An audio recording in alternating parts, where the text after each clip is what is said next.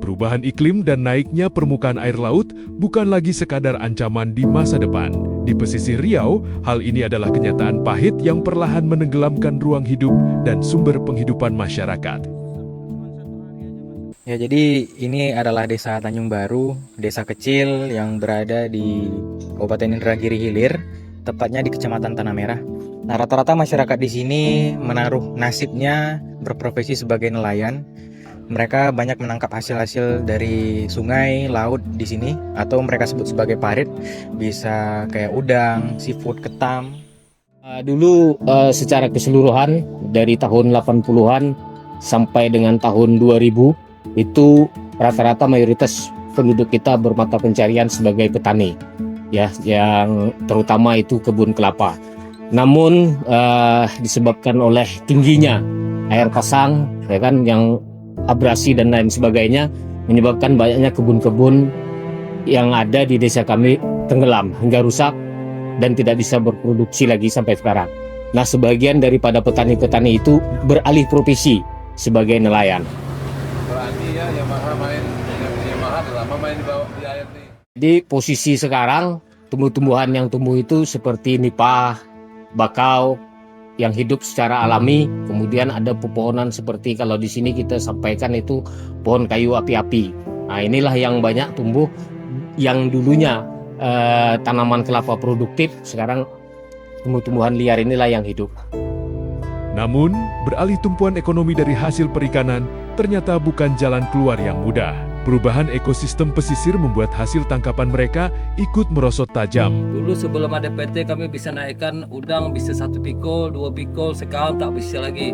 Cuma tinggal 20 kilo, 30 kilo udang sudah tak ada lagi, ikan pun tak ada lagi. Kebun kelapa mati terendam air asin, sementara hasil tangkapan nelayan terus menyusut. Di tengah tekanan krisis iklim, masyarakat desa Tanjung Baru butuh jalan keluar. Bersama paradigma, langkah adaptasi perlu dibangun. Hutan nipah dan mangrove yang tumbuh liar kini dilihat sebagai peluang. Melalui skema perhutanan sosial, harapan baru itu kembali hadir. Kita sudah mengawali proses pengusulan perhutanan sosial mulai dari sosialisasi ke masyarakat, terus sudah memberikan pelatihan kepada masyarakat terkait dengan bagaimana melakukan pemetaan partisipatif. Nah, selanjutnya kita langsung terjun ke lapangan untuk memetakan wilayah yang langsung membawa masyarakat agar masyarakat mengerti batas-batas wilayah dari desa dan juga batas-batas wilayah yang akan kita usulkan sebagai perhutanan sosial. Kita telah melakukan pengukuran, jadi sekitar 1.300 lebih kurang, 1.300 hektar. Yang dulunya awalnya kebun-kebun produktif yang sekarang sudah tidak produktif, inilah yang akan kita usulkan sebagai perhutanan sosial. Nah, ini berupa tutupannya kebanyakan atau mayoritasnya adalah nipah dan juga bekas-bekas kebun dari masyarakat, kebun kelapa masyarakat, dan juga bekas-bekas tambak dari masyarakat. Nah, ini dorongan kita agar nanti ke depannya kita bisa mengembangkan silvofishery, keterpaduan antara tanaman kehutanan dan juga perikanan. Rencana pengelolaan ekosistem pesisir ini pada akhirnya bertujuan untuk memulihkan ekonomi desa. Rimbunnya nipah dan bakau tak lagi dipandang sebagai hutan tak bertuan, tetapi kini dilihat sebagai potensi. Nah, kami di sini mengharapkan kami mengelola pucuk nipah itu. Nah, kami itu ya dijadikan lidi dan harganya cukup membantu untuk masyarakat desa kami. Buah mangrove itu kami jadikan sirup. Itu adalah salah satu olahan dari PKK Desa Tanjung Baru kami.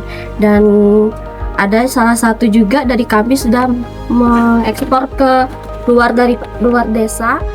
Nah, kami harap dengan adanya paradigma ini, kami dari PKK Desa Tanjung Baru adanya pelatihan untuk mengelola apa yang ada di desa kami, yaitu buah mangrove dan pucuk lidi tersebut. Kita berharap pemerintah bisa membantu kita dalam rangka memperbaiki ekonomi desa dan masyarakat yang memang sebagiannya belum memiliki pekerjaan yang tetap. Perhutanan sosial ini sama-sama kita dukung supaya ini betul-betul bisa berjalan dan goal yang kita harapkan untuk kesejahteraan masyarakat itu tercapai. Melalui perhutanan sosial, masyarakat Desa Tanjung Baru berupaya beradaptasi, menjaga kawasan pesisir dari krisis ekologi, sekaligus memastikan ketersediaan sumber penghidupan untuk masa depan yang lebih baik.